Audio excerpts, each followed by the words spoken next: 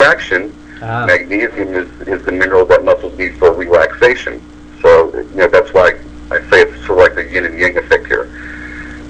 okay. And most people are deficient in magnesium. It's about 95% of the population is deficient in magnesium. So I would definitely encourage Are there that any learning. are there any plant sources or other carb or protein sources that are high in magnesium that you eat? I know that certain nuts are high in magnesium. Oh, nuts. That's I right. think, Yes. yeah, I think that certain animal meats, especially the non-muscle meats, Okay. organ meats are higher in magnesium. I see. Anyway, What about and when I do, another one I was going to when I ask do, you?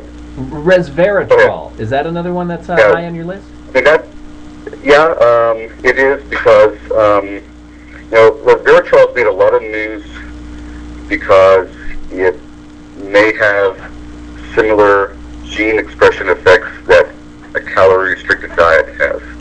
That I don't really pay any attention to whatsoever. I'm more interested in the cardiovascular protective effects that resveratrol seems to have. And for Nice. those that don't know, resveratrol is sort of the it's a chemical that's found in grapes and peanuts, and it's often associated with red wine, drinking red wine. Yeah. And one of the reasons that drinking red wine has certain health benefits. But now you can buy it as a supplement, and it's also the most important and underrated benefit of resveratrol currently is its anti-cancer benefits.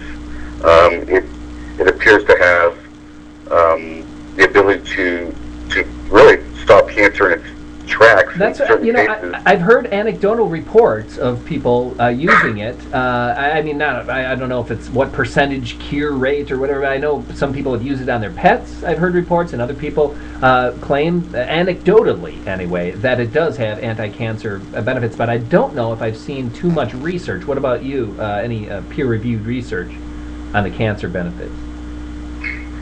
I'd have to go back and see I'm not sure if some of this research is actually reaching the gold standard where it's double blind controlled and all that kind of good Okay, stuff.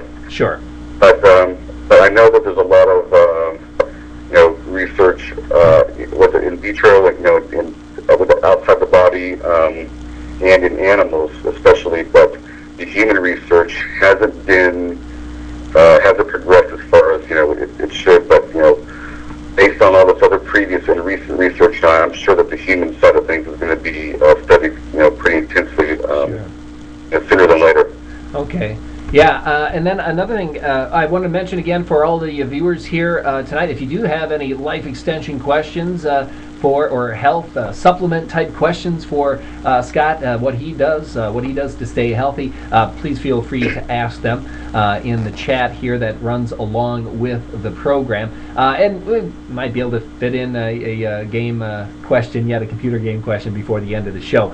We've got a few minutes here anyway. I usually try to keep the show to an hour. And I know Scott is on a cell phone tonight, so we don't want to have the battery run out all of a sudden. But another question I did have is, I, of course, follow a life extension diet somewhat as well. I try and live healthy, get the exercise and take a couple of supplements, not 70, but at least a couple of supplements.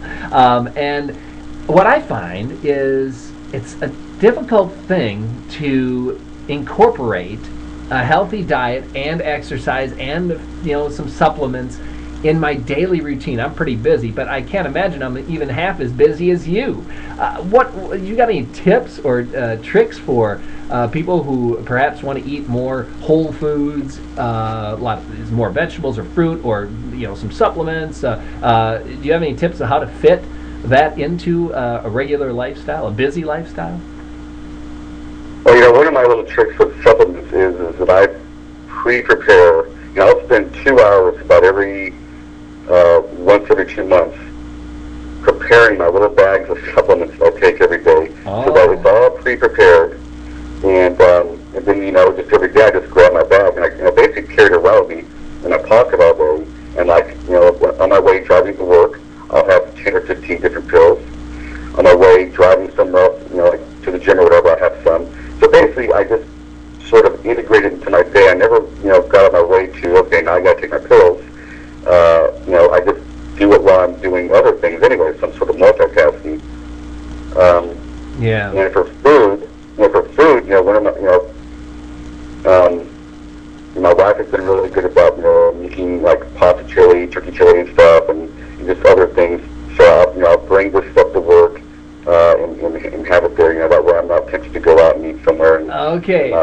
So for all the single gamers out there, having a wife who can cook a few things for you helps out. That's what you're saying, right? It really does. Plus, every morning too, I'll make sort of a protein and fat shake that's got 2 scoops of protein in a water base. Then I'll pour in some olive oil. I'll pour in some MCT oil, which is sort of a more liquid version of coconut oil. I'll pour in some palm oil and some creatine and some other good powders. And at some point in the day, I'll drink that. And when you're on a paleo diet and you're not eating any grains and you're staying away from the starchy carb vegetables like potatoes and rice, you just don't get hungry. Everyone I know who's on this diet says the same thing. You just don't get hungry as often because you're not having the sugar roller coaster ride. Right. You eat it takes off and then it crashes and so on. You get hungry again. It's just not like that. And it's in fact once a week I will do a full dinner to dinner 24-hour fast, and it's just a cinch for me to do this because I'm not hungry during the whole time. I don't experience hunger like I used to. It's because this high fat, moderate protein diet that I'm on is very satiating.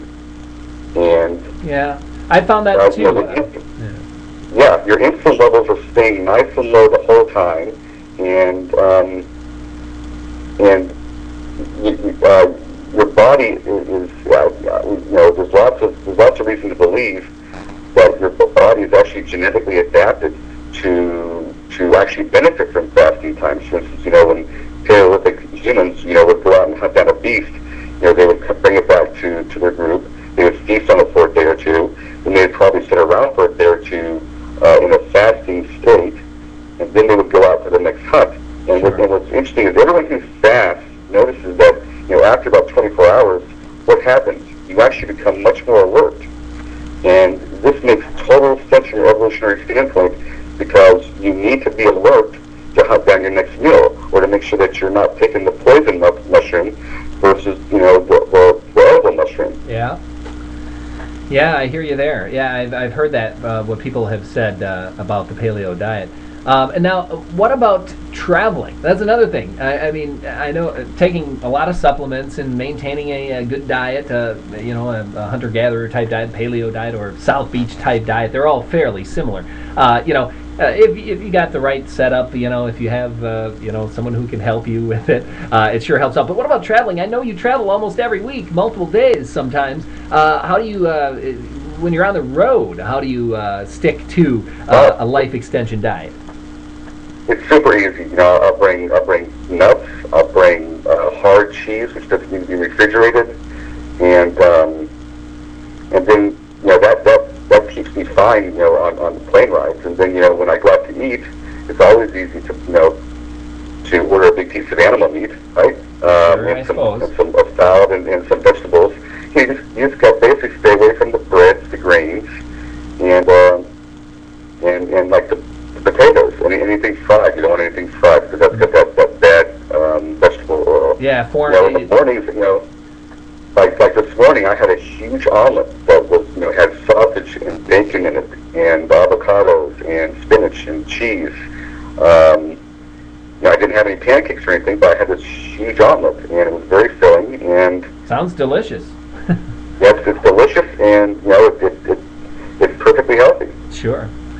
All right, and we're going to be wrapping it up here in just a couple of minutes. If you want to get any quick questions in for Mr. Miller here before the end of the show, please do in the chat. I want to ask now, you're an advocate as well for healthy lifestyles and life extension, perhaps indefinite life extension.